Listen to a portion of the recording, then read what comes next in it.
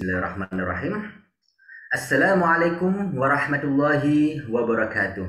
Waalaikumsalam warahmatullahi Bismillah walhamdulillah wassalatu wassalamu ala Rasulillah Sayyidina Muhammadin ibn Abdullah wa ala alihi wa sahbihi wa mawalah amma ba'd.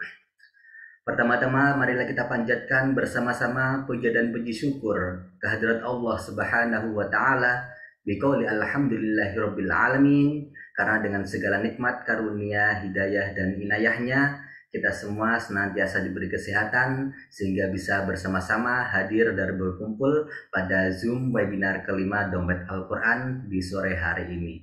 Alhamdulillahirabbil alamin.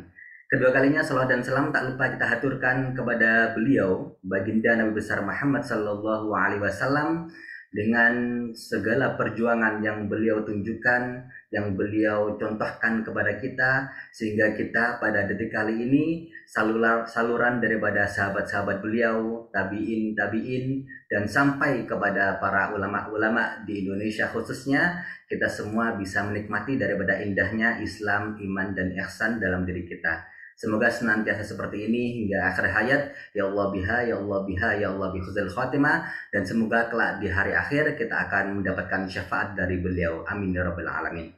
Kedua kalinya selamat datang kami ucapkan kepada semua hadirin yang sudah hadir di event Zoom webinar kelima Dompet Al-Quran Indonesia, khususnya pada pemateri kita, yakni Dr. Kurnia Penta, dan juga semua para dokter. Kami ucapkan selamat datang, ahlan wa sahlan bi hudurikum, dan juga tak lupa kepada Direktur Dompet Al-Quran Indonesia, Pak Agung Heru Setiawan. Selamat datang, selamat bergabung.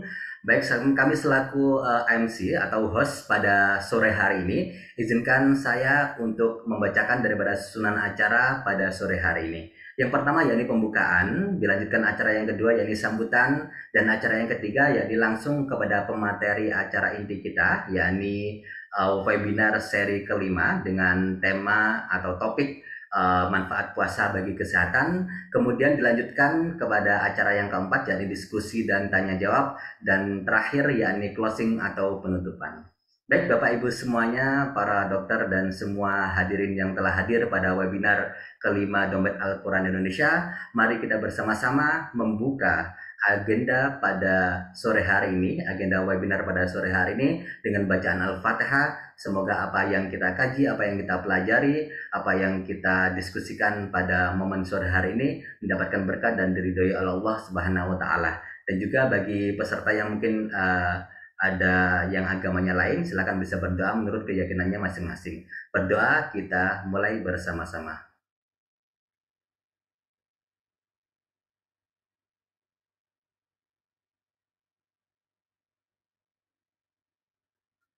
Baik, berdoa selesai. Semoga apa yang kita pelajari pada sore hari ini mendapatkan berkah dan diridhoi oleh Allah Subhanahu wa taala.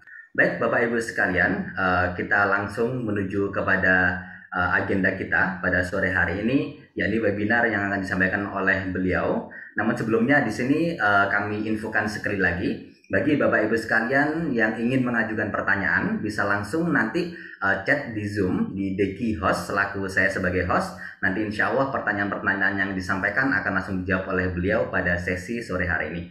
Baik, sebelum beliau menyampaikan, ini untuk CV-nya saya bacakan atau gimana Pak Dokter? Monggo terserah jadinya. Oke, baik. Sebelum beliau menyampaikan, izin saya share screen untuk CV beliau.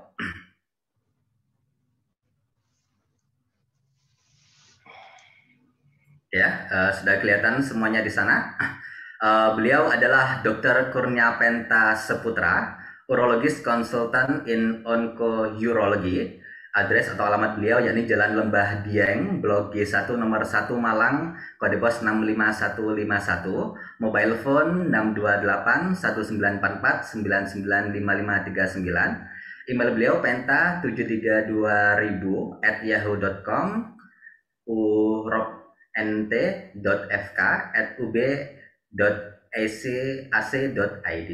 Institution beliau yakni Department of Urology, Saiful Anwar Hospital, Jalan J.A. Suprapto nomor 2 Malang 65111 Indonesia.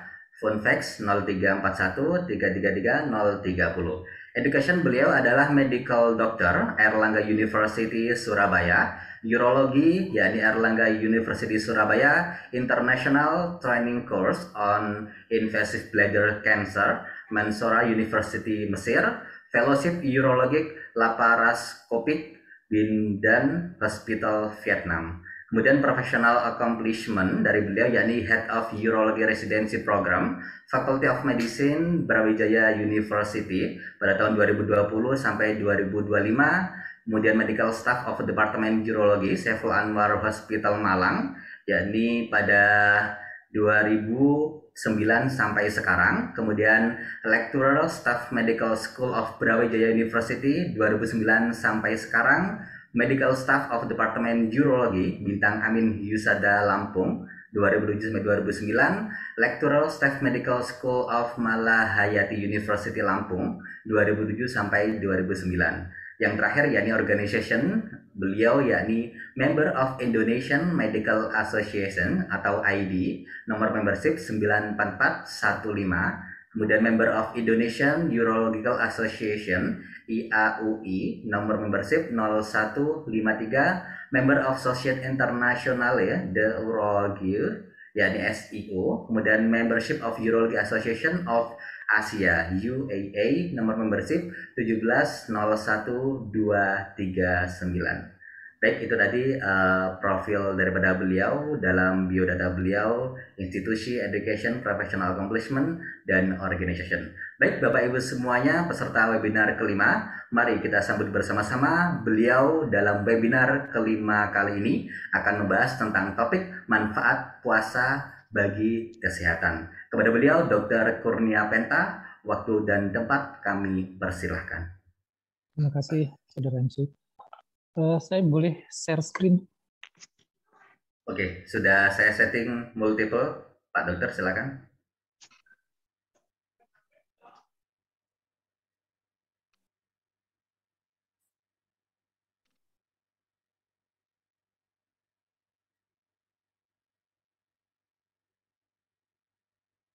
Sorry. Ya. Assalamualaikum warahmatullahi wabarakatuh. Waalaikumsalam warahmatullahi wabarakatuh. Alhamdulillahirabbil alamin wa bihi nasta'inu wa ala dunya waddin. Wassalatu wassalamu ala asrofil anbiya'i wal mursalin wa ala alihi wa ashabihi ajma'in amma ba'du. Pada yang terhormat Bapak Direktur Dompet Quran Indonesia dan Saudara MC serta para peserta webinar pada kesempatan kali ini. Pertama-tama marilah kita panjatkan puji syukur kita kehadirat Allah Subhanahu wa taala yang mana berkat taufik dan rahmatnya serta hidayahnya lah kita semua bisa berkumpul, bisa hadir di acara webinar ya walaupun dalam Zoom meeting ya. Dalam keadaan sehat walafiat. Kedua kalinya semoga salawat dan salam tetap tercurah ke hadirat junjungan kita Nabi besar Muhammad sallallahu alaihi wasallam yang mana beliaulah yang membawa agama Islam dengan penuh perjuangan dan pengorbanan. Islamlah sebagai satu-satunya agama yang diridhai Allah Subhanahu wa taala yang mana harus kita pegang erat dan hingga akhir hayat kita. Amin amin ya rabbal alamin. Terima kasih pada kesempatan ini saya diberikan kesempatan untuk memberikan materi yang mungkin sudah banyak ya yang para sejawat dokter atau tenaga kesehatan yang memberikan tentang manfaat puasa untuk kesehatan. Tapi saya akan coba memberikan dari sisi yang lain, mungkin agak sedikit berbeda. Jadi, sebagaimana firman Allah dalam surat Al-Baqarah ayat 83, yaitu ya ayyuhalladzina amanu kutiba alaikumusiyam kama kutiba alal ladzina min qablikum la'allakum tattaqun. Yang berartinya adalah hai orang-orang yang beriman diwajibkan atas kamu untuk berpuasa sebagaimana diwajibkan atas orang-orang sebelum kamu agar kamu bertakwa. Di sini di titik poinnya adalah orang-orang yang beriman. Jadi panggilan kewajiban untuk berpuasa itu ditunjukkan adalah untuk orang-orang yang beriman. Siapa orang yang beriman? Adalah orang-orang yang orang Islam tentunya ya, yang meyakini dan untuk berpuasa, ya. Dan ini adalah suatu kewajiban buat umat muslim untuk berpuasa. Kemudian tangkap yang kedua adalah untuk apa sih umat muslim harus berpuasa? Yaitu agar kita semua itu bertakwa, semakin bertakwa kepada Allah Subhanahu wa taala. Allah telah memberikan panduan ya bagaimana cara kita berpuasa. Itu kaitannya adalah ini ya, terkait dalam ayat dalam surah Al-Baqarah ayat 183 sampai 187. Di mana 183 seperti yang saya bacakan tadi, diwajibkan berpuasa kepada kalian orang yang beriman, tujuannya adalah untuk kita menjadi bertakwa. Kemudian di ayat 184 ini ternyata Allah itu tidak artinya memberikan kelonggaran ya buat orang-orang yang sakit, orang-orang yang berpergian untuk tidak berpuasa, tetapi harus mengganti pada di hari yang di luar bulan Ramadan ya, atau tidak mampu membayar fidyah. Kemudian di ayat 185 ini juga Allah menyampaikan bahwa di bulan Ramadan ini bulan yang sangat diberkahi karena di bulan Ramadan adalah diturunkannya Al-Quran sebagai petunjuk buat manusia yang bisa membedakan antara yang benar dan yang batil. Dan pada ayat 186 juga Allah menyampaikan, berfirman bahwa Allah itu dekat, dan maka berdoalah kepadaku agar Allah itu dekat, sehingga dengan berdoa insya Allah keinginan kita akan terkabulkan. Ya. Kemudian di ayat 187 juga Allah sudah memberikan batasan-batasan bagaimana berpuasa itu, batasnya dari terbit fajar hingga terbit tenggelamnya matahari, dan larangan-larangannya selama berpuasa itu apa. Jadi berpuasa itu bukan hanya sekedar menahan lapar dan dahaga, tetapi juga ada konsekuensi-konsekuensi yang harus dijalani. Di antaranya adalah bahwa tidak boleh berkumpul dengan pasangan yang walaupun itu adalah halal, tetapi padahal dalam kondisi berpuasa diharamkan untuk bercampur.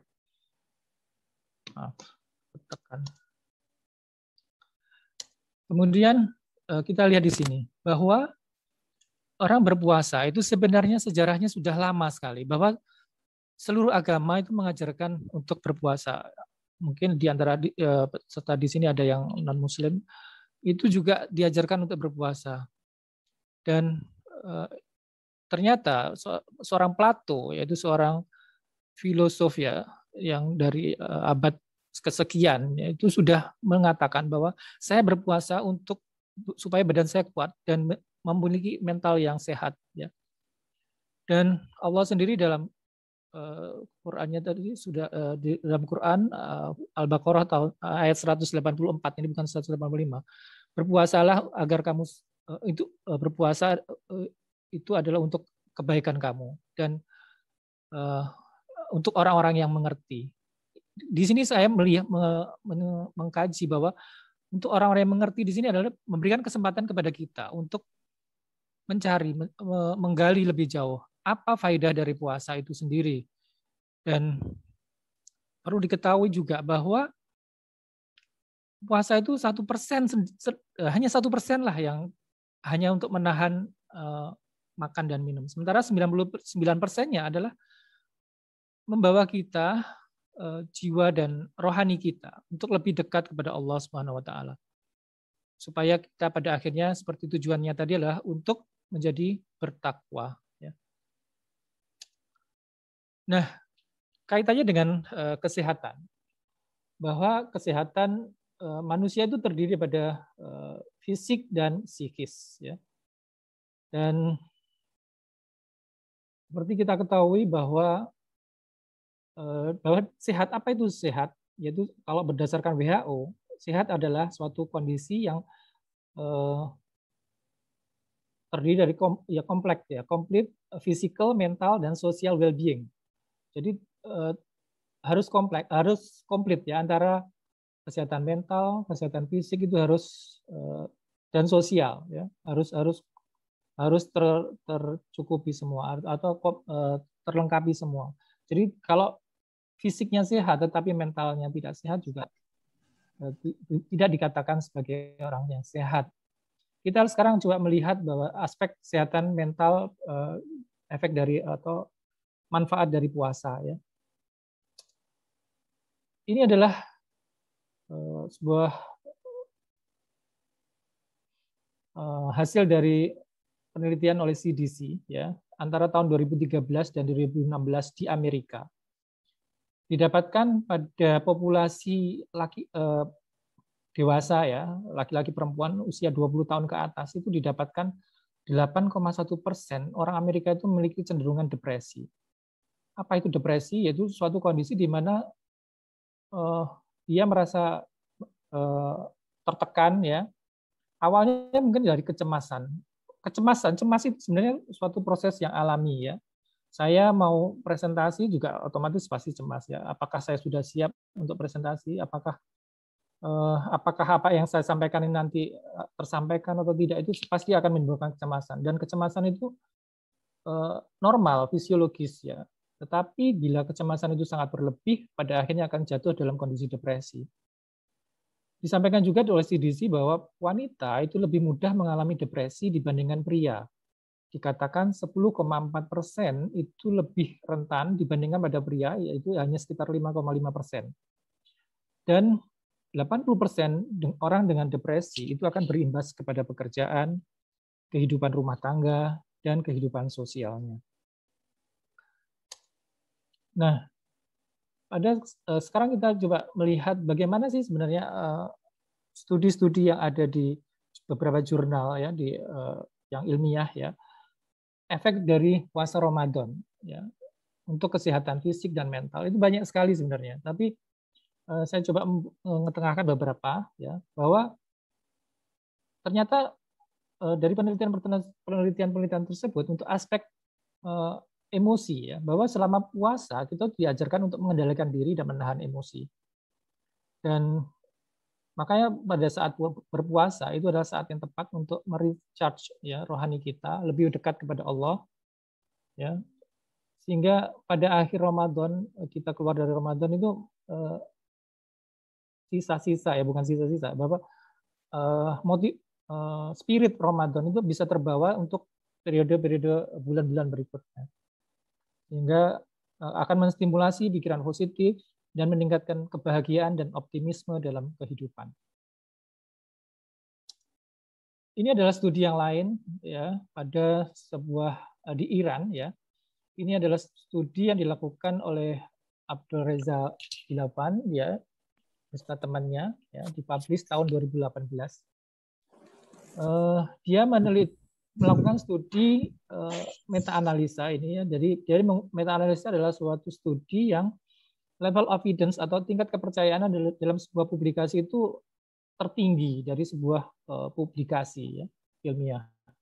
Dia melakukan evaluasi dari 11 penelitian yang diulas dalam penelitian ini, dan dikatakan bahwa pada pelajar-pelajar di Iran yang melakukan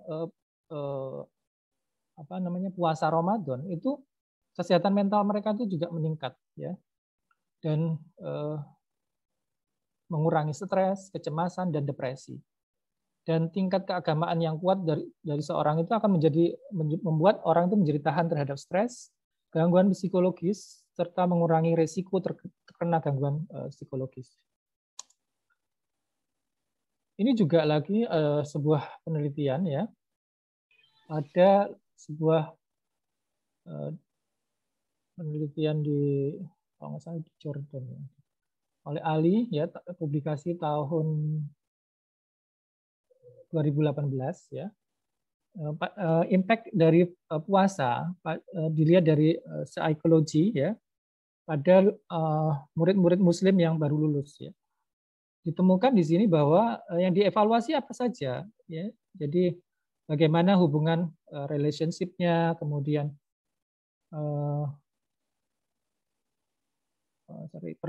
kemudian personal growth-nya, kemudian purpose of life-nya, jadi tujuan hidupnya sebelum dan sesudah berpuasa, kemudian self acceptance itu dievaluasi semua. Ternyata temuan dalam penelitian ini menunjukkan bahwa adanya peningkatan kesejahteraan psikologi ya, mereka yang berpuasa. Dan puasa yang dilakukan oleh umat Muslim ini selain menahan makan dan minum seperti yang saya sampaikan tadi adalah tindakan perilaku berbohong, fitnah dan larangan lainnya yang juga ditekan, sehingga ini akan membuat impact yang bagus buat sisi psikologi ya. Nah, kaitannya tadi bahwa secara psikologis bahwa orang yang berpuasa itu memberikan impact yang positif buat menekan kecemasan, depresi dan sebagainya. Ternyata kaitannya dengan hormon itu ada ya. Jadi ada beberapa hormon yang beredar dalam tubuh kita itu berkaitan dengan sisi psikologi kita ya. Hormon itu apa sebenarnya? Hormon adalah suatu zat yang dikeluarkan oleh kelenjar endokrin yang mempengaruhi proses metabolisme tubuh, kemudian hormon juga bisa mempengaruhi perkembangan seks sekunder, jadi akil balik itu juga dipengaruhi oleh hormon. Kemudian mood kita, ya itu semua dipengaruhi hormon. Hormon yang ada di tubuh kita itu kurang lebih sekitar 31 yang bekerja secara sinergi, ya. Jadi ada keseimbangan hormon di dalam tubuh. Tetapi bila ada ketidakseimbangan hormon itu akan menyebabkan suatu penyakit tersendiri. Ya. Kita lihat di sini, ya, bahwa pada ini ada suatu penelitian ya, impact dari puasa terhadap metabolisme tubuh, kemudian kadar hormon di dalam tubuh pada pelajar di Yordan. Ya. Kita lihat di sini, pada yang diteliti adalah selain berat badan, kemudian detak jantung, kemudian tekanan darah, sistol dan diastol. Pada hari pertama sebelum Ramadan, dievaluasi hingga pada minggu keempat Ramadan. Kita lihat di sini ternyata terjadi penurunan berat badan yang cukup signifikan. Kemudian heart rate atau detak jantung juga menurun dari 82 menjadi 72. Ini, ya. Kemudian systolic pressure, jadi tekanan darah juga menurun ya dari 126 menjadi 112. Diastolik ya tekanan darah yang di bawah itu ya biasanya kan kita 120 80 itu juga menurun dari 84 menjadi 76. Dan ini kalau melihat ini artinya dengan berpuasa membuat irama jantung menjadi lebih stabil, tekanan darah menjadi stabil, dan berat badan terutama untuk yang obes ya itu akan sedikit menurun, akan mengalami penurunan ya. Tetapi seringkali pada kita justru agak sedikit meningkat. Ya, mungkin itu yang perlu diperhatikan ya bahwa kita seringkali berbuka puasa itu terus langsung digewejot gitu ya, makan yang banyak ya. Sebenarnya ya berbuka ya hanya sekedar berbuka yang membatalkan puasa ya. Ya, mungkin perlu diatur lagi kalau ternyata hasilnya tidak sesuai dengan penelitian ini. Kalau ternyata berat badannya justru meningkat ya, mungkin ada yang salah dengan puasa kita. Artinya berbuka dan sahurnya atau selama malam mau tidur itu masih makan lagi, mungkin itu akan berpengaruh terhadap berat badan juga. Ya. Dan ingat bahwa selama berpuasa itu malamnya kita masih harus sholat ya, sholat tarawih yang tentunya itu menguras energi juga, yang pasti juga akan mempengaruhi berat badan juga ya. Kalau memang diniatkan untuk ibadah ya, itu pasti akan banyak manfaatnya.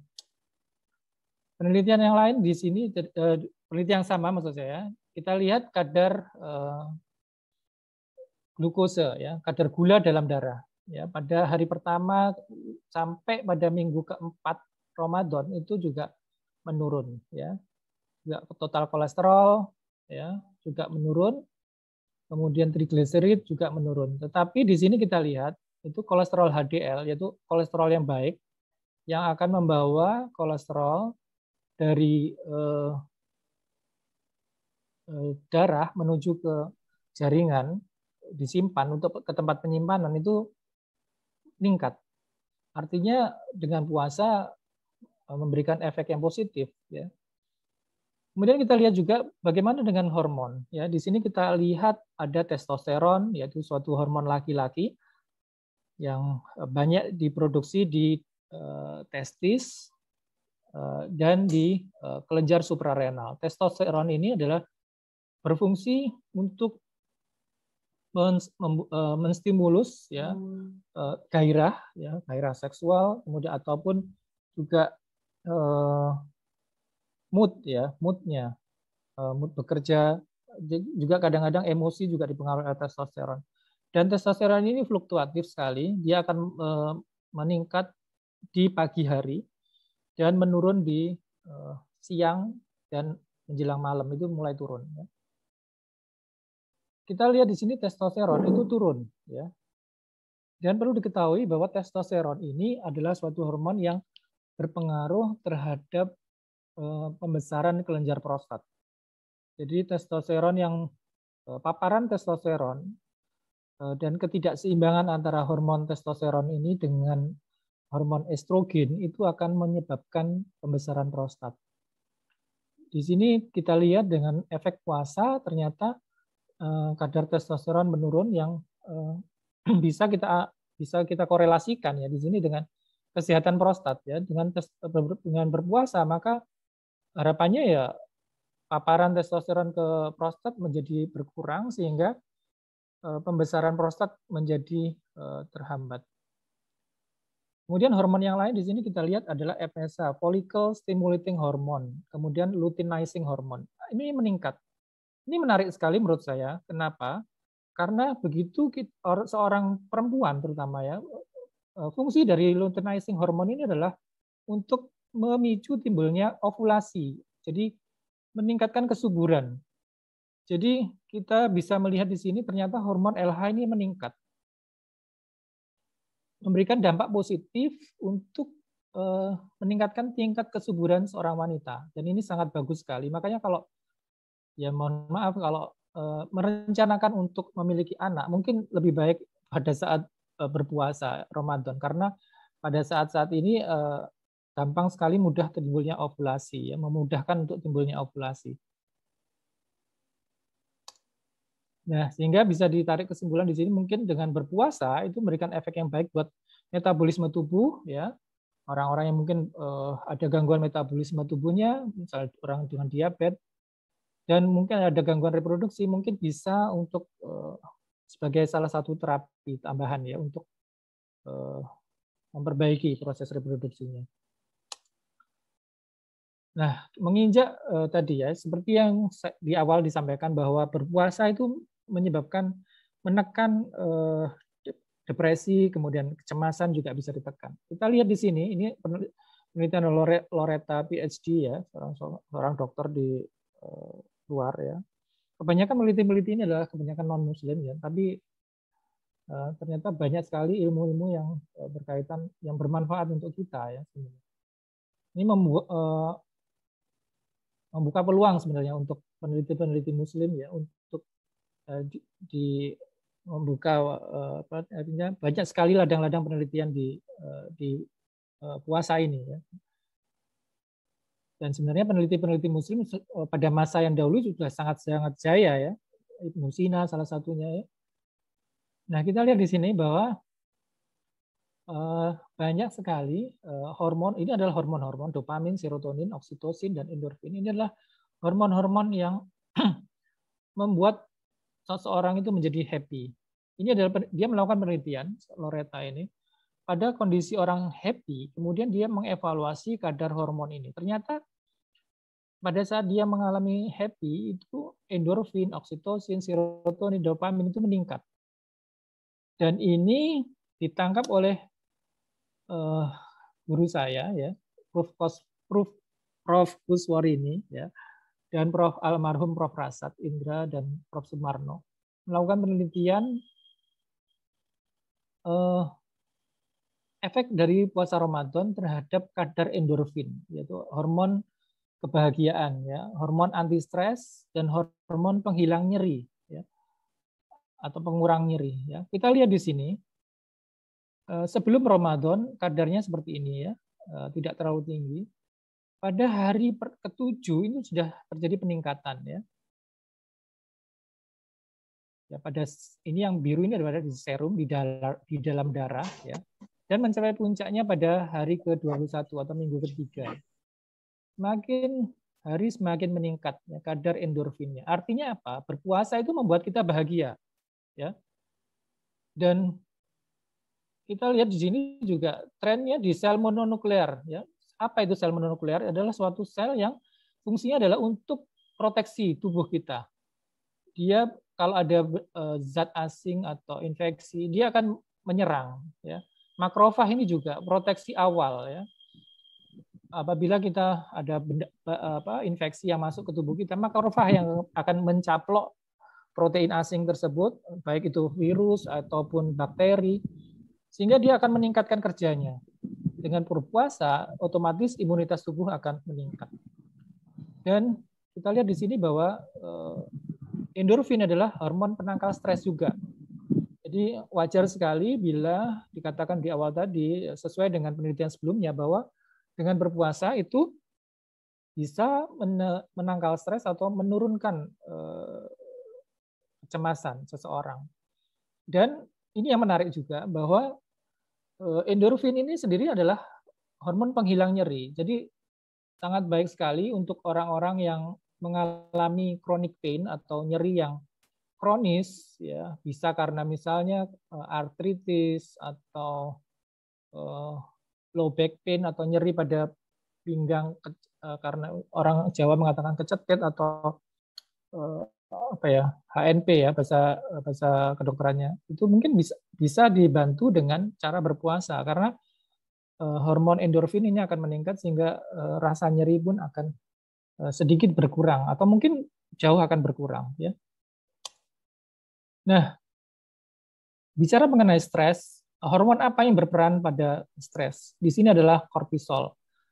Jadi kortisol ini adalah stres hormon.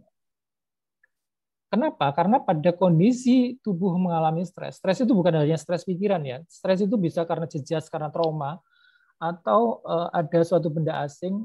Benda asing itu bisa virus, bisa bakteri yang masuk ke dalam tubuh kita, maka tubuh itu otomatis akan merespon dengan stres, meriliskan stres hormon, ya. Di awalnya baik, ya, stres hormon itu akan baik, ya, di awal untuk mekanisme pertahanan tubuh, ya, di mana heart rate itu akan meningkat atau denyut jantung akan dipacu meningkat, ya. Jadi misalnya kita stres psikis, ya, mau hadapi ujian, pasti heart rate kita akan dipacu. Ya, saya mempresentasikan ini juga agak sedikit nervous, itu akan denyut jantung akan meningkat. Blood pressure juga akan meningkat. Atau tekanan darah, ya. Kemudian kadar gula itu otomatis akan meningkat. Kemudian pada saluran pencernaan bagaimana? Pasti dalam kondisi stres juga akan menyebabkan gerakan peristaltik usus itu akan meningkat. Dan ini yang menyebabkan seperti orang, aduh kok perut tuh mules, ya, seperti sering kali kita merasakan seperti itu, ya, dalam kondisi stres, ya. Kemudian nerve problems, seringkali akan muncul gejala-gejala pusing lah atau gejala kesemutan dan sebagainya yang kaitannya dengan stres, ya.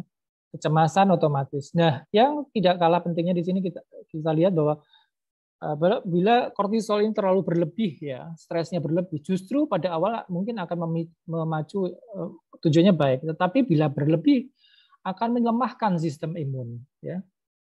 Dan ini tidak baik tentunya untuk kesehatan kita. Apalagi sekarang ini dalam kondisi pandemi, ya, orang banyak sekali stres, ya.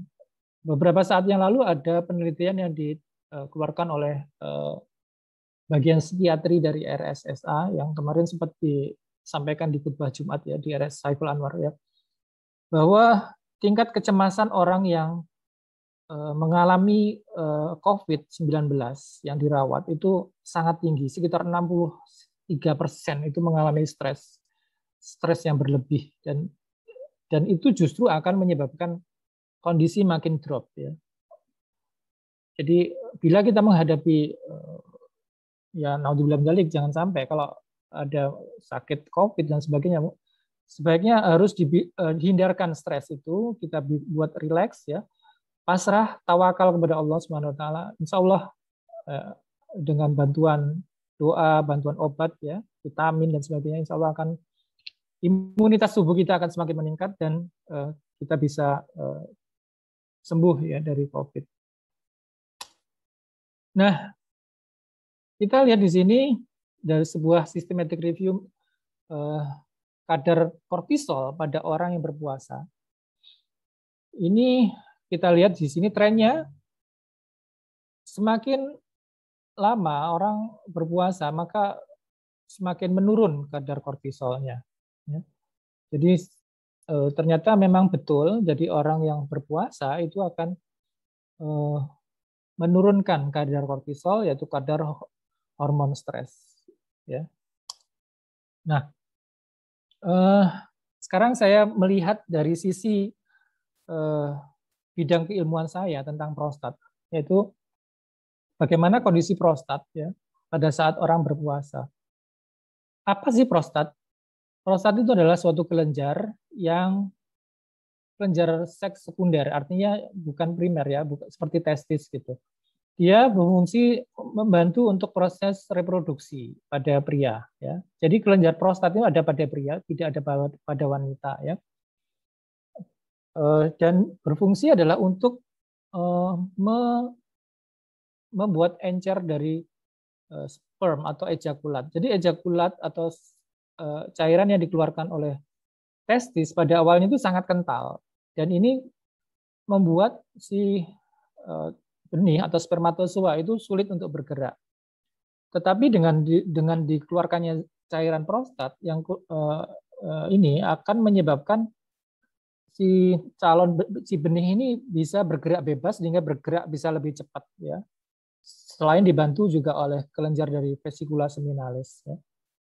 Nah, kenapa saya bicarakan mengenai prostat? Karena prostat ini adalah penyakit yang banyak diderita pada orang-orang yang sudah berusia lanjut ya, di atas 50 tahun ini prostat mulai bergerak membesar ya. Membesar dan ini akan menyebabkan gangguan pada proses kencing.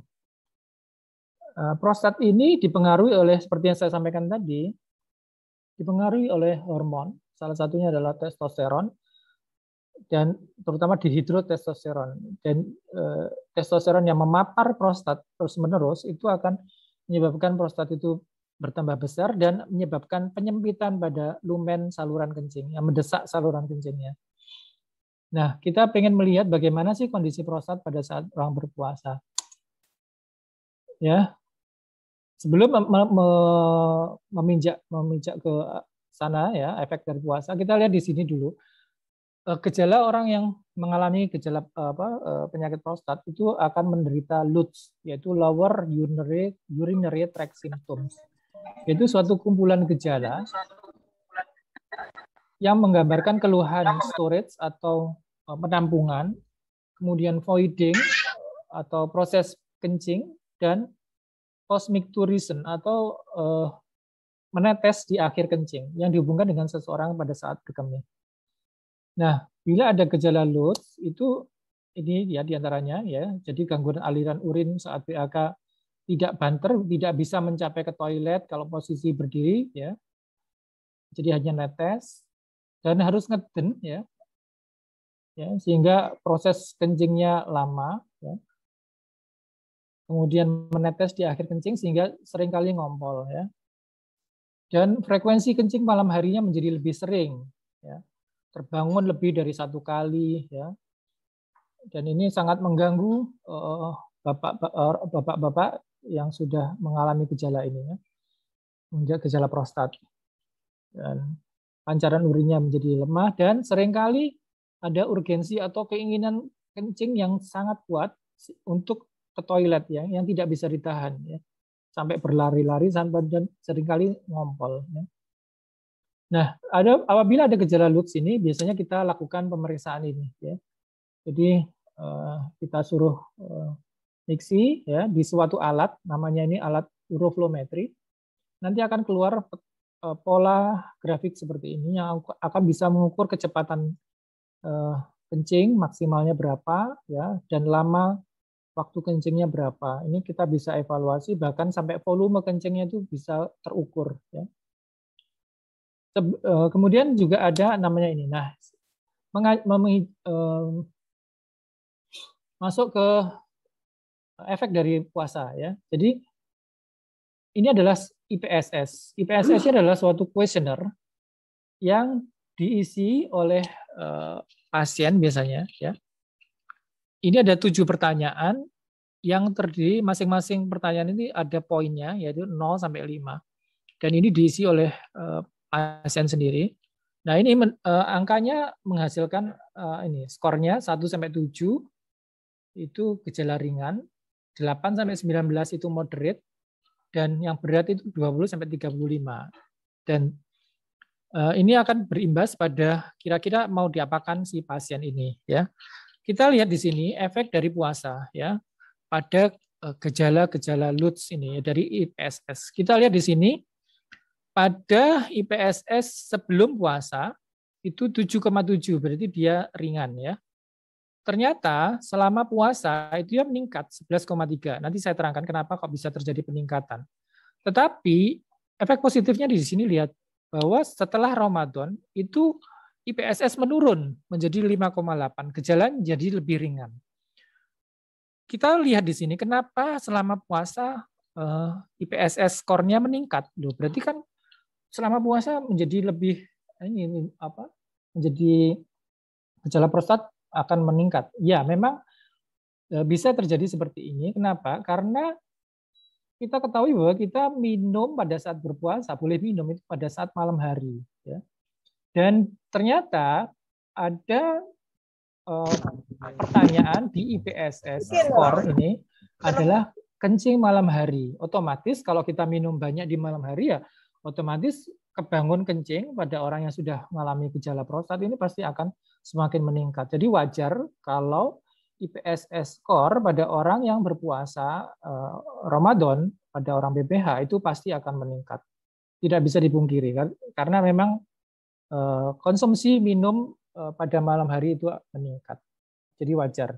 Tetapi kita lihat di sini IPSS pada akhir Ramadan atau setelah Ramadan itu menurun. Jadi ini mungkin berkaitan dengan tadi efek testosteron yang turun ya pada saat berpuasa, dan ini akan berimbas pada efek pembesaran prostat ya. Mungkin prostatnya menjadi lebih berkurang ya. Mungkin akan lebih baik ada orang yang BPH, mungkin puasanya diteruskan, tidak hanya selesai sampai puasa Ramadan, mungkin bisa ditambah dengan puasa Daud atau puasa Senin Kamis ya, supaya efek penurunan testosteronnya itu justru akan semakin lebih maksimal.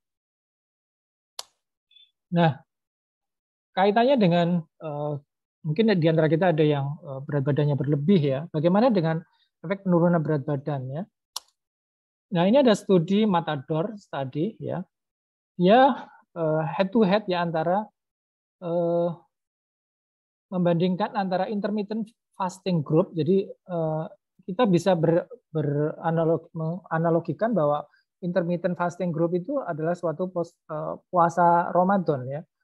Jadi puasa Ramadan itu bisa dikatakan sebagai intermittent fasting ya, dibandingkan yang continuous energy restriction. Jadi ternyata imbasnya berbeda sekali. Jadi kalau puasa intermittent atau puasa Ramadan itu menurunkannya, efek penurunan berat badannya jauh lebih signifikan dalam waktu 30 minggu. Itu 14 kilo dibandingkan yang continuous itu hanya sekitar 9 kilo dalam waktu 30 minggu. Kemudian ini pada pasien-pasien yang mengalami diabetes mellitus tipe 2, itu dilakukan restriksi sekitar 825 kilokalori selama 3-5 bulan. Ternyata dia dibandingkan dengan konvensional terapi, ya, jadi dengan terapi konvensional, saya kurang paham ini terapi konvensional bagaimana, tetapi di sini kohort yang restriksi 825 kalori per hari selama 3-5 bulan, itu menurunkannya 4-46% berat badannya. Ya. Tetapi yang kohort yang 825 kalori restriksi itu bila dibandingkan dengan intermittent fasting ya. Jadi puasa seperti puasa Ramadan itu ternyata lebih menurunkan berat badan ya. Hingga 15 kilo ya. Hingga 86% lebih efektif dibandingkan yang restriksi kalori ya per hari 825 kalori. Tetapi memang olahraga itu penting ya. Selama berpuasa juga kita tetap harus berolahraga agar yang sementara pada saat berpuasa itu sebenarnya lemak itu dibakar ya, untuk sebagai cadangan energi. Nah, supaya otot kita itu tidak mengkisut atau berkurang massa ototnya, aktivitas fisik tetap harus dilakukan. Jangan cuma puasa terus tidur aja, itu sama aja kita juga membakar otot kita, otot menjadi layu ya. Aktivitas fisik tetap harus dikerjakan ya. Dan sholat malam ya tetap harus kita kerjakan ya. Hingga akan memberikan efek yang bagus buat penurunan berat badan.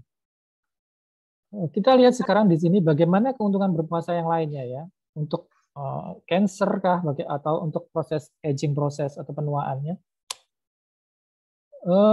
Ini ada beberapa penelitian ya.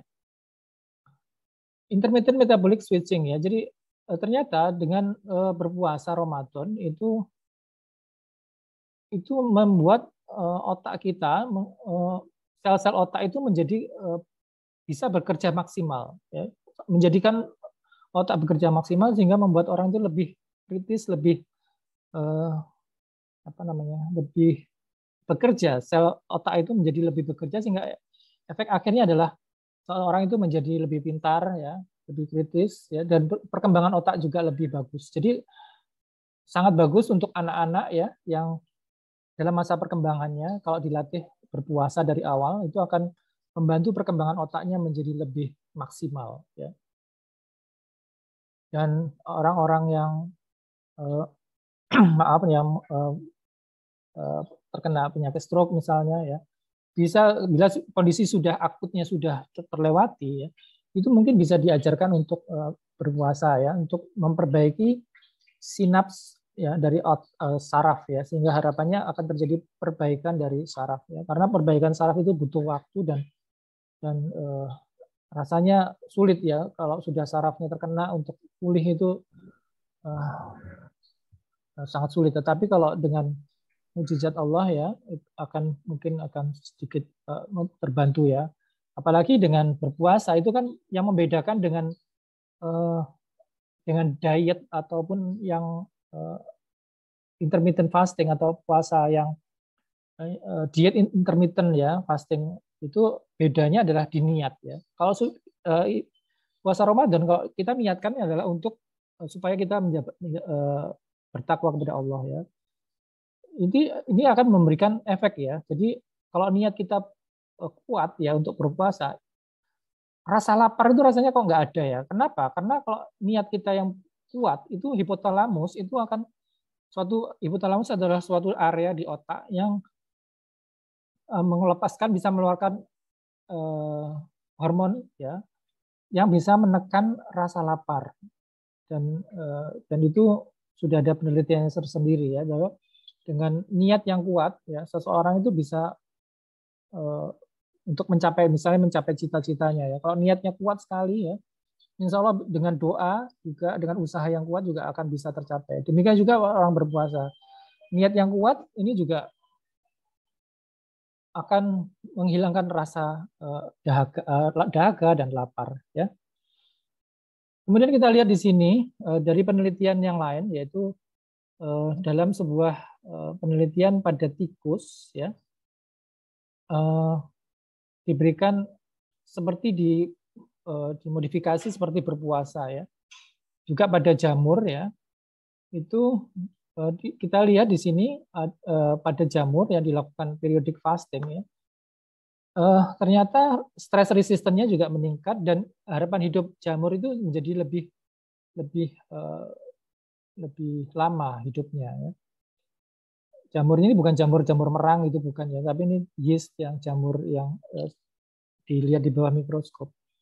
Kemudian pada tikus ya dilakukan periodic fasting ya. Itu ternyata lemak adipus atau lemak di bawah kulit dan di lemak sentral di perut itu menurun ya. Kemudian risiko kanker juga menurun, kemudian penyakit-penyakit inflamasi itu juga menurun. Kemudian imun, kognitif, kemudian regenerasi sel itu juga meningkat dan harapan hidup si tikus ini juga meningkat ya. Ada beberapa sedangkan pada manusia kita lihat di sini. Jadi kemungkinan terjadinya diabetes, kemudian penyakit-penyakit cerebral vaskular itu juga menurun ya. Kanker juga menurun dan proses aging, proses itu menjadi lebih terhambat. Ya, ini banyak sekali penelitian-penelitian yang berkaitan dengan aging proses pada efek dari puasa. Nah, sekarang bagaimana? Amankah berpuasa pada pasien yang mengalami kanker? Ya, ini adalah sebuah penelitian ya. Ternyata dengan berpuasa pada tikus ya itu mencegah terjadinya kerusakan DNA. DNA itu adalah suatu protein yang menyandikan protein atau gen yang menyandikan protein, maaf. Gen yang menyandikan protein, di mana kalau ada hambatan untuk kerusakan ya, kerusakan DNA, otomatis protein yang dihasilkan akan bagus sehingga akan terhindar dari kanker. Dan melalui bagaimana proses ini, yaitu melalui stem cell ya, jadi yang ada di dalam usus. Jadi terlindungi dari kerusakan DNA ya, melalui sehingga harapannya adalah angka durasi hidup menjadi lebih lama dari stem cell. Di samping itu juga melalui proses autofagi dari sel ini, di mana pada proses autofagi itu sel yang lapar itu akan memakan sel-sel di sekitarnya yang mengalami kerusakan, ataupun adanya radikal bebas atau benda-benda zat-zat asing yang masuk ke dalam tubuh itu akan dimakan oleh sel itu sendiri dan diubah menjadi energi. Dan proses autofagi inilah proses teori autofagi ini dikeluarkan oleh seorang ilmuwan dari Jepang ya, Yoshinori Ohsumi. Ini adalah yang pada tahun 2016 dia memenangkan Nobel di bidang kesehatan di bidang fisiologi ya, berkat teori autofagi. Jadi dia membuat sel itu berpuasa ya. Kenapa tidak orang Muslim ya yang menemukan ini ya, yang menemukan mendapat Nobel ini ya. Ya, mudah-mudahan di ke depan bahwa peneliti-peneliti Muslim akan lebih berkembang ya, sehingga bisa menelurkan teori-teori yang bermanfaat buat kemaslahatan umat ya. Jadi dari teorinya ini bahwa selama sel berpuasa dia akan melakukan autofagi atau memakan virus atau bakteri yang masuk ke dalam tubuh dan itu di-recycle, dirubah menjadi energi ya. Dan ini ternyata membuat si Dr. Yoshinori ini menjabat Nobel ya tahun 2016.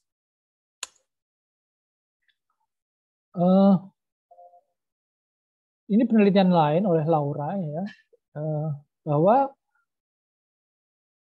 dengan berpuasa itu laju metabolisme tubuh juga akan menurun dan memperpanjang usia harapan hidup ya. Dan ini sesuai dengan Al-Qur'an ya, seperti yang saya sampaikan tadi di ayat ini 184 ya, bahwa puasa itu bagus untuk kamu jika kamu mengerti ya, mengetahui ya. Nah, sekarang saya ingin melihat bagaimana sih efek puasa bagi resiko terjadinya batu ginjal. Seperti kita ketahui bahwa batu ginjal itu banyak sekali faktornya. Di antaranya adalah kecukupan hidrasi atau minum atau kebutuhan cairan yang berkurang, kemudian gangguan metabolik, asam urat yang meningkat, itu juga bisa menyebabkan batu ginjal ataupun faktor genetik. Yang utama adalah sebenarnya faktor keturunan ya. Kita lihat bagaimana efek puasa bagi risiko terjadi batu ginjal ya. Ini adalah penelitian publikasi ini seingat saya tahun 2019 ya. Oleh Mohsen dan kawan-kawan. Ternyata dia mengambil kesimpulan bahwa dalam studi ini tidak ada perbedaan yang bermakna antara berpuasa dan tidak berpuasa untuk terjadinya batu ginjal. Jadi alhamdulillah sekali dengan penelitian ini kita bisa mengatakan bahwa berpuasa itu aman untuk ginjal ya. Untuk mencegah atau tidak menyebabkan batu ginjal, intinya itu. Karena kadang-kadang orang yang mau melihat sisi jeleknya berpuasa adalah, oh kamu kurang minum nanti gampang timbul batu. Ternyata penelitian ini bisa membantah anggapan itu. Nah, kebutuhan cairan selama puasa itu bagaimana? Ya, kebutuhan cairan itu sebenarnya tergantung berat badan ya. Kebutuhan cairan itu adalah 1-2 cc per kilo berat badan per jam. Jadi tergantung berat badan orang itu ya. Kalau misalnya berat badannya 50, berarti kan 50 kali 2 100 per jam. Kali 24 berarti 2.400-an per jam kalau berat badannya 50 kilo. Nah, bagaimana kalau kita berpuasa? Otomatis siang kan tidak bisa untuk minum. Itu kita kebutuhan itu kita salurkan di malam hari ya. Dan berpuasa itu aman atau dibolehkan pada pasien dengan apa itu GFR, glomerular filtration rate, yaitu suatu fungsi yang menandakan fungsi ginjal itu harus lebih dari 30 cc per detik ya. Jadi kalau GFR-nya di atas 30 itu ada perhitungannya tersendiri, itu aman ya. Tetapi kalau di bawah itu mungkin harus konsultasi ke dokter ya. Mungkin lebih baik kalau saran saya sih bayar fidyah saja ya, karena seperti yang poin yang ketiga ini ya, pada orang dengan gagal ginjal ya. Kalau gagal ginjal itu otomatis produksi kencingnya juga sedikit ya. Orang kalau berpuasa otomatis kalau minumnya kebanyakan juga tidak bagus buat ginjalnya. Dan kalaupun pada akhirnya dia istilahnya memaksa untuk berpuasa ya silahkan, tidak masalah, tetapi harus selalu diperhatikan kadar sodium atau natrium. Ini kadar elektrolit dalam darahnya ya, mungkin perlu diperiksa setiap minggu sekali. Jangan sampai nanti justru akan menimbulkan masalah ya, gangguan elektrolit dan sebagainya. Dari apa yang saya sampaikan tadi bahwa dapat diambil kesimpulan ya bahwa manfaat puasa pada kesehatan pertama adalah autofagi ya, itu memicu proses regenerasi sel dan efek anti aging, kemudian membantu menurunkan kadar gula darah dan resistensi insulin, kemudian membantu menurunkan proses peradangan pada tubuh ya, kemudian meningkatkan fungsi otak juga ya, kemudian mengurangi resiko cemas. Ini ada satu penelitian tentang efek puasa terhadap growth hormone. Jadi growth hormone itu akan meningkat ya dengan berpuasa, dan ini sangat bagus untuk pertumbuhan anak-anak kita ya. Jadi mulai dilatih untuk berpuasa itu justru nanti akan membuat pertumbuhan dan perkembangan massa otot seseorang anak-anak itu menjadi lebih baik ya. Menurunkan berat badan, menurunkan risiko jantung, dan menurunkan risiko kolesterol di dalam darah. Nah, banyak manfaatnya ya, tetapi harus hati-hati pada orang yang ada masalah dengan ginjal ya, di mana fungsi ginjal sendiri adalah untuk menyaring darah yang beredar dalam tubuh dan kemudian dibuang sama urinnya. Saya rasa itu saja yang bisa saya sampaikan. Kurang lebihnya saya mohon maaf. Apa yang saya sampaikan bila ada yang salah dan khilaf mungkin dari saya, tetapi kebenaran hanya dari Allah SWT. Saya kira itu. Wassalamualaikum warahmatullahi wabarakatuh. Waalaikumsalam warahmatullahi wabarakatuh. Baik, kami sampaikan jazakumullah khairan katsiran kepada Dr. Penta atas presentasinya di webinar kelima di sore hari ini. Sekilas tadi beliau telah menyampaikan banyak hal terkait manfaat puasa bagi kesehatan. Yang saya catat di sini, yakni puasa dapat mengendalikan diri dan emosi. Kemudian puasa juga tadi dapat meningkatkan kebahagiaan dalam diri kita. Puasa juga mampu untuk menurunkan berat badan dan juga bisa memperbaiki fungsi pengembangan otak. Dan juga puasa bisa aman untuk pasien kanker, dan juga puasa dapat memperpanjang harapan hidup, dan puasa tidak masalah bagi orang yang beresiko batu ginjal, tidak menyebabkan daripada batu ginjal seperti itu. Baik Bapak Ibu sekalian, peserta Zoom pada sore hari ini, sebelum nanti kita sampaikan pertanyaannya, sekedar informasi bagi semuanya, Bapak Ibu yang sudah hadir, para dokter semuanya, para peserta Zoom di sore hari ini, silakan nanti jika ingin mendapatkan daripada rekaman materi Zoom kali ini, silakan bisa mengisi daripada Bitly webinar kelima di kolom chatnya. Silakan bisa dilihat di sana, silakan bisa diisi, nanti akan kami infokan, kami share daripada rekaman Zoom webinar di sore hari ini. Baik, dan bagi Bapak Ibu yang bertanya, silakan nanti bisa dilanjutkan pertanyaan yang kelima ya kepada Dr. Penta di sore hari ini. Baik dokter, saya ingin menyampaikan pertanyaan yang sudah masuk di sore hari ini. Yang pertama yakni dari Mas Ardi Krismas. Mas Ardi bertanya bahwasanya, mohon izin bertanya Pak Dokter, bagaimana cara mengatur menu makanan bagi orang yang berpuasa dengan penyakit paru seperti itu, Pak Dokter? Oke. Terima kasih atas pertanyaannya Mas Ardi Krismas ya. Penyakit paru itu sangat luas ya. Apa dulu ya? Apakah TBC, tumor paru, atau alergi ya? Itu harus kita tahu dulu ya, karena kalau alergi justru seperti yang saya sampaikan tadi ya. Jadi kalau orang yang sakit alergi itu justru dengan berpuasa itu akan dapat mencegah alergi ya. Bahan-bahan makanan yang memicu timbulnya sesak dan sebagainya mungkin ya harus dihindari ya, atau menimbulkan infeksi. Tetapi kecukupan energi, karbohidrat, protein, dan lemak mikronutrien itu yang perlu mungkin harus seimbang ya. Artinya menu makanan harus seimbang antara protein, karbohidrat, mikronutrien, makronutrien itu harus berimbang ya. Jangan terlalu berlebih di awal buka puasa. Mungkin ya cukup sesuai dengan sunnah Rasul ya, minuman yang manis ya, atau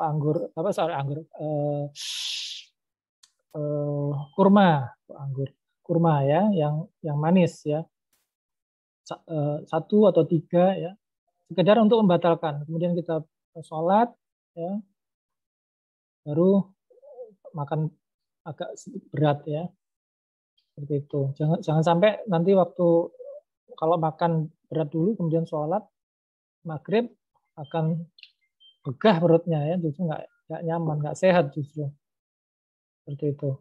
Jadi penyakit paru yang bagaimana dulu ya, tapi kalau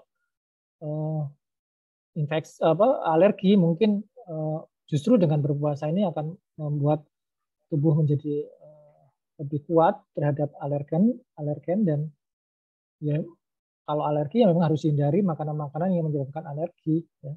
Tentunya mereka sudah paham apa saja yang harus dihindari. Rasanya itu yang bisa saya jawab. Oke, baik, terima kasih. Itu tadi pertanyaan pertama telah dijawab oleh beliau, Dr. Penta. Dilanjutkan pertanyaan kedua dari Mas Fatih Syafiq. Mas Fatih Syafiq bertanya, bagaimana dengan orang yang banyak minum waktu malam dan juga sering buang air kecil? Apakah terjadi gangguan pada prostatnya, Pak Dokter? Ya, seperti yang saya sampaikan di awal tadi ya. Jadi pada orang yang berpuasa, otomatis kan minumnya malam hari lebih banyak ya. Dan itu wajar sekali kalau menjadi lebih sering kencing di malam hari. Dan salah satu gejala dari prostat memang yang bisa diukur untuk skor IPSS itu adalah kencing malam hari. Jadi wajar kalau kencing di malam hari itu menjadi lebih sering. Tetapi perlu dicatat di sini bahwa tidak berarti terus kalau kencing malam hari banyak pada orang yang berpuasa itu terus timbul gejala prostat. Prostat itu seperti saya sampaikan bahwa itu adalah penyakit pada pria yang sudah berusia lanjut ya di atas 50 ya. Itu sudah mulai timbul pembesaran prostat dan menimbulkan gejala pada proses kencingnya. Seperti itu. Jadi kalau Mas Fatih ini masih berusia muda, jangan terlalu cemas untuk berpikir bahwa aku sering kencing malam hari pada saat puasa. Terus prostat bukan ya, bukan. Insya Allah bukan ya. Karena Anda masih muda ya. Itu yang bisa saya jawab. Oke, baik. Dilanjutkan di pertanyaan ketiga dari Mas Aldila Wahyu.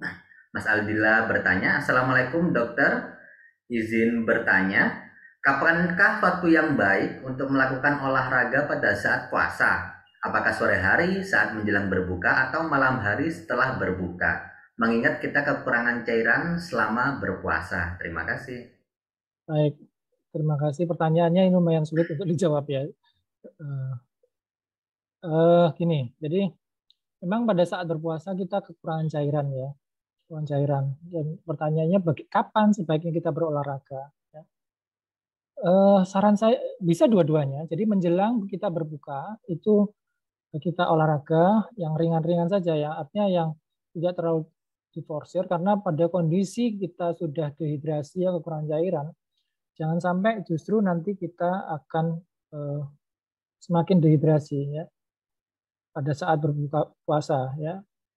Jadi lebih baik olahraga yang ringan ya, yang artinya yang mungkin untuk mempertahankan fleksibilitas tubuh kita, kemudian untuk kardio misalnya dengan berjalan ya, atau untuk otot ya, misalnya dengan angkat beban dan sebagainya, itu silahkan, tidak masalah. Bisa juga setelah berbuka ya, tetapi mungkin berbuka di sini bukan makan nasi yang berat ya, karena kalau sesudah makan berat kemudian langsung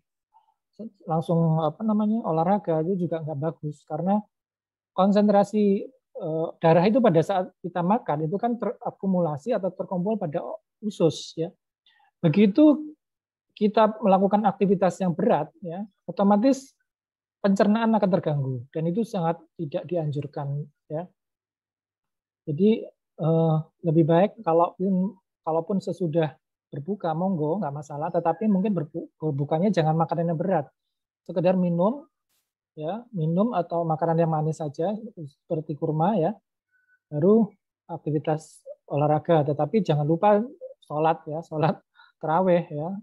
Boleh berolahraga pada saat sesudah berbuka puasa, silahkan, nggak masalah, bisa dua-duanya menurut saya. Seperti itu.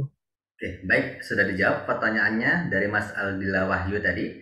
Dan yang terakhir mungkin ini ya, tapi jika ada pertanyaan lagi kami persilahkan untuk Bapak Ibu bertanya di sesi sore hari ini.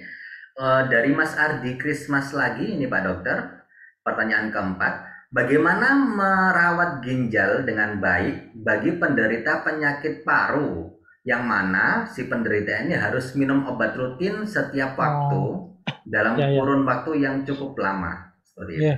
Mungkin ini kalau melihat pertanyaannya ini kayaknya sakitnya mungkin sakit TBC, di mana TBC, orang yang menderita TBC itu harus mengkonsumsi obat bahkan sampai 9 bulan. Itu nggak boleh lepas dari obat. Dan untuk seperti ini mungkin perlu kita lihat, jadi obat itu bekerjanya masuk ke dalam tubuh seseorang itu ada waktu paruh. Ya, jadi waktu paruhnya 12 jam atau kurang ya. Jadi kita harus tahu dulu waktu paruhnya. Makanya perlu konsultasi dengan dokter parunya ya.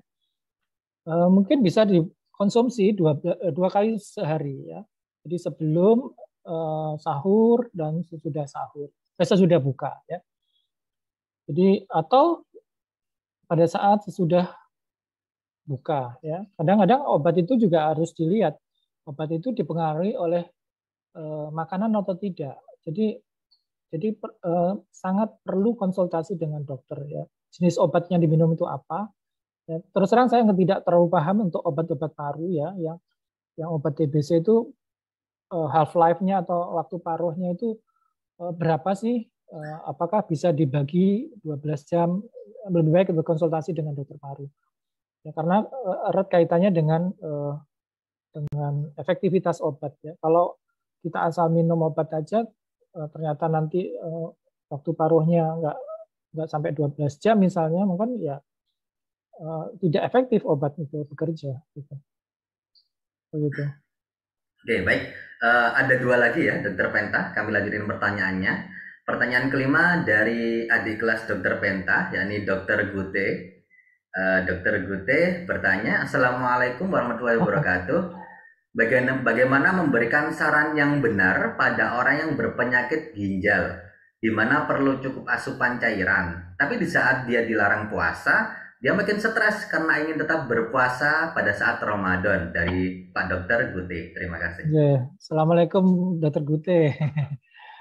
Saya terakhir ketemu beliau itu waktu di Malaysia kalau nggak salah waktu itu sempat ketemu. Alhamdulillah berjumpa lagi di forum ini ya. Jadi pada orang seperti tadi ya di ayat Al-Quran di surah Al-Baqarah ayat 184 ya, 4 dan 5 ya, bahwa diberikan rukhsah atau kesempatan untuk tidak berpuasa bagi orang-orang yang memang tidak kuat atau tidak sakit, dalam kondisi sakit. Jadi mungkin perlu pendekatan secara pribadi, personal, disampaikan bahwa ada ayat ini yang memang kalau memang tidak bisa untuk berpuasa, itu lebih baik jangan berpuasa. Karena Allah sendiri juga melarang orang yang berlebihan ya.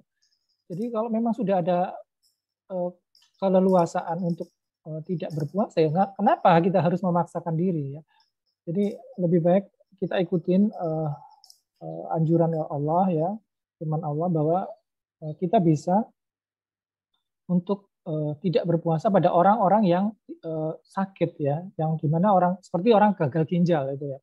Memang sangat berat ya, orang gagal ginjal itu kebutuhan cairannya sendiri juga harus dibatasi, tidak boleh berlebihan, tetapi juga tidak boleh kekurangan ya.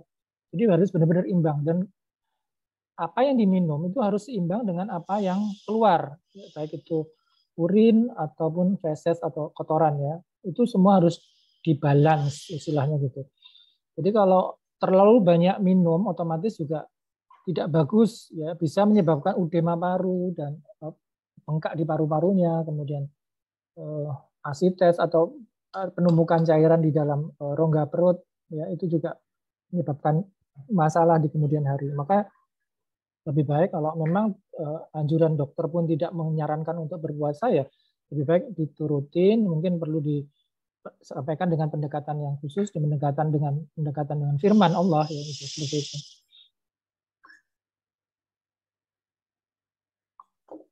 Oke, baik. Terima kasih atas pertanyaan yang telah dijawab, pertanyaan nomor 5. Dan menuju pertanyaan terakhir, sebelum menuju pertanyaan terakhir, di sini kami menyampaikan bahwasanya Dompet Al-Quran juga menerima fidyah bagi yang sakit atau tidak berpuasa, seperti itu. Bagi yang ada halangan sakit ketika berpuasa, silakan Bapak Ibu sekalian.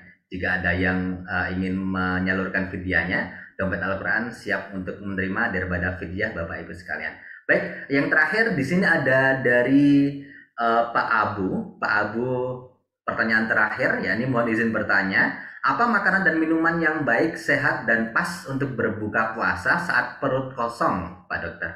Terima kasih. Ya, terima kasih. Terima kasih Pak Abu. Jadi sesuai dengan sunnah Rasul ya, Rasulullah Muhammad SAW, kita disunahkan untuk mengkonsumsi kurma ya. Kenapa kurma itu karena kadar gulanya itu tinggi sekali dan dia mudah dicerna. Dalam kondisi perut yang kosong ya, itu perut itu dari semula kosong kemudian dimasukin makanan itu kalau bisa jangan terlalu yang berat ya. Artinya perlu proses pencernaan yang rumit sekali, perlu enzim ini, enzim itu yang harus dikeluarkan oleh usus. Lebih baik makanan yang sistem untuk mencernanya itu gampang. Salah satunya adalah kurma ya, karena kurma itu kadar glukosanya juga tinggi sehingga dia bisa dicerna dengan gampang, ya, tidak perlu proses yang berliku-liku di usus dan langsung masuk ke dalam peredaran darah sehingga membuat tubuh kita menjadi lebih segar dan siap untuk melakukan ibadah-ibadah selanjutnya. Dan disunahkan juga minum yang manis, ya. Jadi dan cukup dengan 3 buah atau 1 atau 3 buah ganjil, ya. Itu sesuai dengan sunnah Nabi. Dan air mineral, ya, untuk mencukupi kebutuhan elektrolit, karena kita pada saat berpuasa kan otomatis kebutuhan cairan kita berkurang, meningkat, ya, karena tubuh dalam kondisi dehidrasi, ya. Jadi kita harus mengembalikan kebutuhan cairan kita dengan cairan yang mengandung elektrolit, ya. Elektrolit itu apa? Kalium, natrium, klorida, itu harus imbang, sehingga jangan sampai kekurangan elektrolit dan cairan. Seperti itu. Baik, terima kasih. Terima kasih banyak kami sampaikan kepada Dr. Kurnia Penta atas semua jawaban yang telah atas semua pertanyaan yang telah dijawab di sesi sore hari ini. Terima kasih banyak. Kami juga sampaikan kepada semua peserta webinar di sore hari ini atas kehadirannya mengikuti forum dari awal hingga akhir. Dan informasi terakhir sebelum ada closing statement dari beliau dan sebelum nanti kita tutup dengan doa kafaratul majelis bersama-sama, bagi Bapak Ibu sekalian yang ingin mendapatkan daripada rekaman Zoom webinar pada sesi kali ini, silakan bisa isi link bit.ly webinar DQ5 di kolom chat, atau nanti bisa disampaikan nomor WA-nya di kolom chat Zoom. Nanti insya Allah akan kami share daripada rekaman webinar di sore hari ini. Baik, untuk yang sesi terakhir mungkin closing statement 1 menit dari Dr. Kurnia Penta, kami persilakan terkait topik pada sore hari ini. Terima kasih. Bismillahirrahmanirrahim. Dari apa yang saya sampaikan tadi, saya cuma menyampaikan apa yang ada di dalam Al-Quran, ya, bahwa puasa itu adalah suatu kewajiban bagi umat yang beriman untuk mencapai taraf takwa, ya. Dan kita diberikan kesempatan juga oleh Allah untuk mempelajari lebih lanjut tentang apa efek puasa terhadap buat kesehatan kita, ya. Dan ternyata puasa sangat bagus buat kesehatan kita, baik secara spiritual, mental, dan fisik, ya. Dimana definisi sehat sendiri juga harus meliputi ketiga hal ini, ya.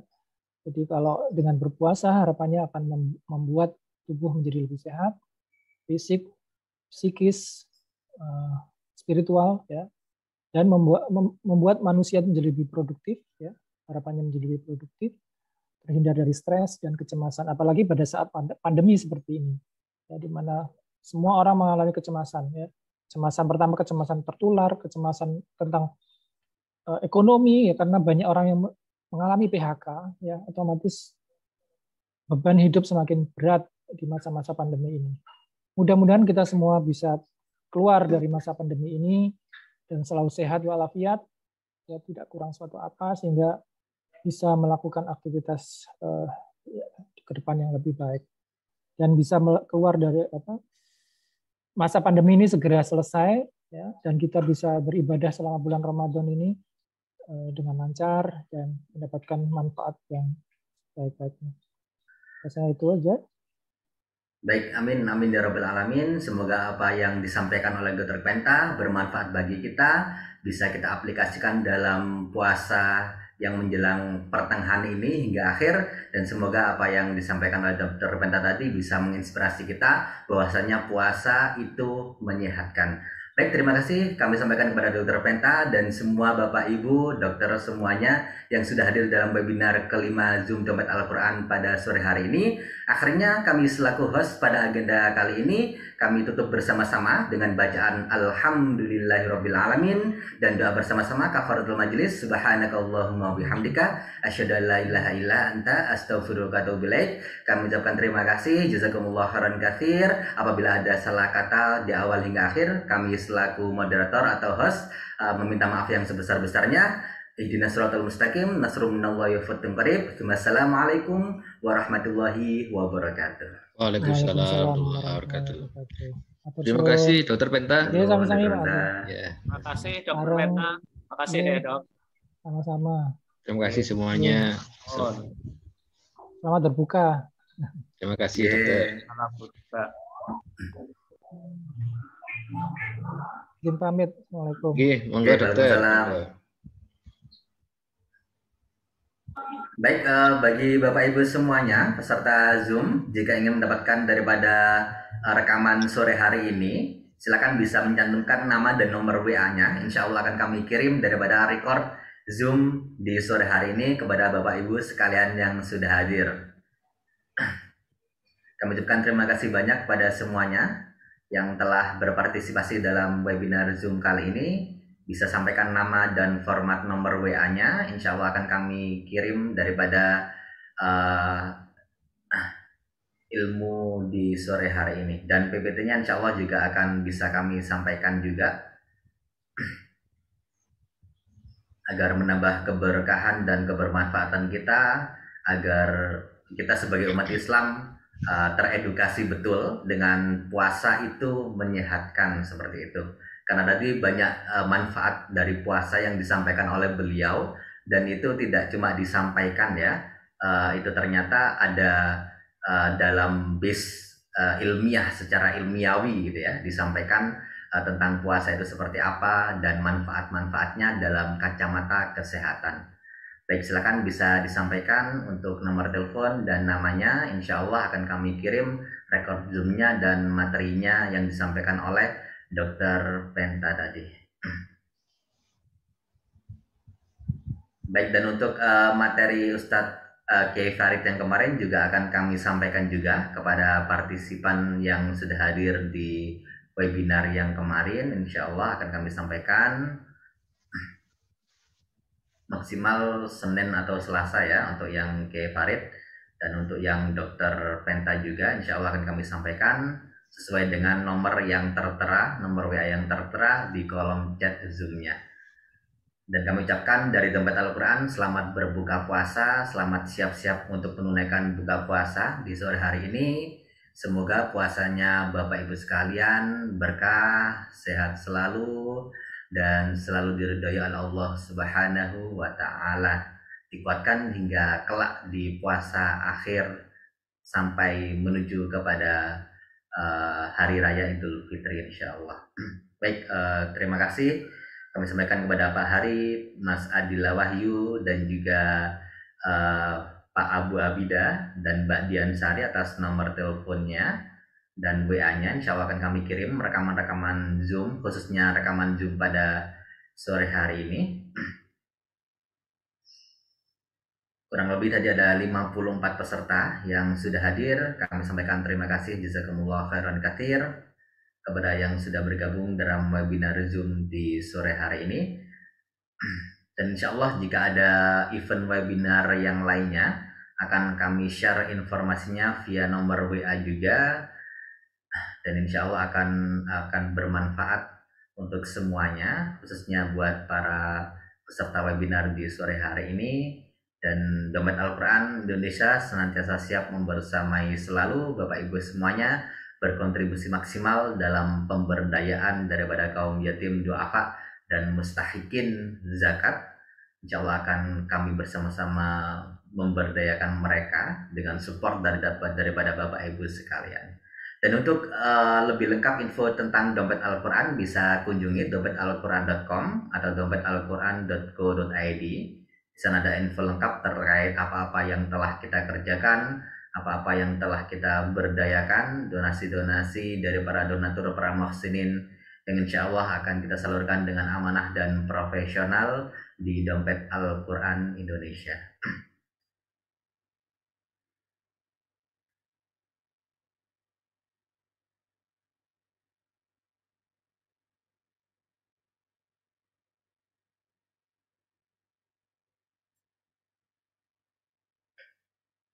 Baik, silakan untuk nama dan nomor WA-nya bisa dilanjutkan.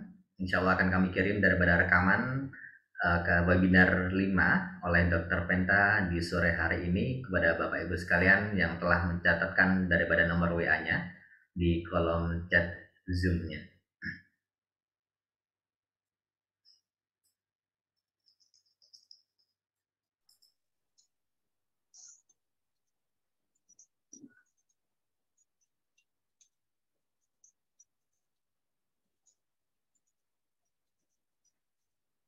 Baik,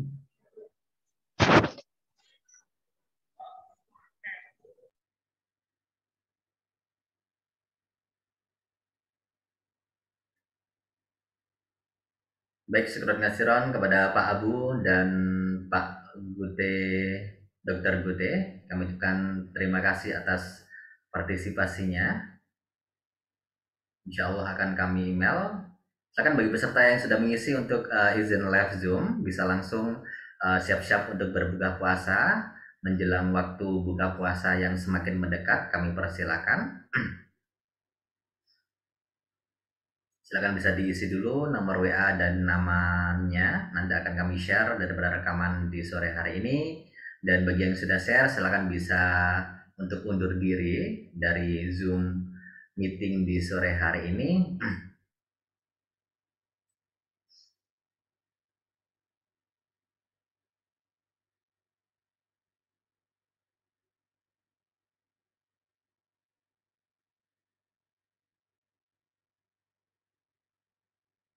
Baik, terima kasih kami sampaikan kepada semuanya. Kami akhiri selaku dari MC di sore hari ini. Kami ucapkan terima kasih sekali lagi, terima kasih banyak atas kebersamaannya, atas membersamai Bapak Ibu sekalian dalam Zoom webinar Deki mulai dari awal hingga akhir. Dan nanti insya Allah di Zoom webinar Deki yang ke-6 kita akan mendatangkan daripada narasumber dari IGER Bandung yang akan membahas tentang tekstil dengan dipandu oleh moderator Bapak Agung Puji Utomo. Jangan lewatkan juga momen-momen dari pihak IGER Bandung menyampaikan presentasinya di webinar ke-6 Dompet Al-Quran Indonesia. Baik, terima kasih kami sampaikan. Jazakumullah khairan katsir. Selamat berbuka puasa buat semua Bapak Ibu yang sudah hadir di sore hari ini. Terima kasih banyak, kami izin untuk end meeting for all. Semoga berkah, semoga manfaat, dan semoga diridhai Allah Subhanahu wa Ta'ala webinarnya di sore hari ini, dan kebermanfaatannya semoga bisa dirasakan oleh Bapak Ibu sekalian di sana dan diaplikasikan di bulan puasa di bulan Ramadan kali ini. Allahul muwaffiq ila aqwamit thoriq. Kami akhiri. Wassalamualaikum warahmatullahi wabarakatuh.